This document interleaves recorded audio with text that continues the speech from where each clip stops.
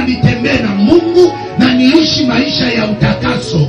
Hata watu wanazini, kwenye bo wanazini, mimi sitazini na mungoja Bwana kwa utakaso.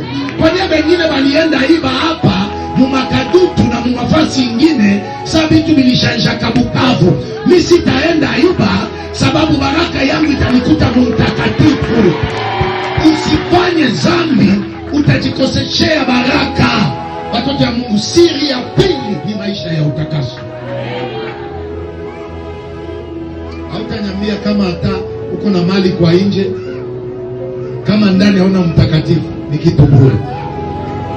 Siri ya ndoa ni utakaso. Kujenga vizuri ni utakaso.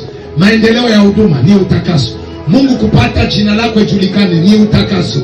Uwe na heshima mjamaa na duniani ni utakaso. Na hakuna heshima kama mbingu ya Baba inajua mwana wangu ni mtakatifu. Kama huyu mtoto ni mtakatifu, mbingu ya Baba inakuwaka inafurahia sana mwanadamu kuishi maisha ya utakaso. Na baraka ya huyu mtakatifu haita dependre na jamaa litoka hamo, haita dependre na kartie eko hamo, ina dependre na Mungu anayepeleleza mioyo ya wanadamu chini ya jua.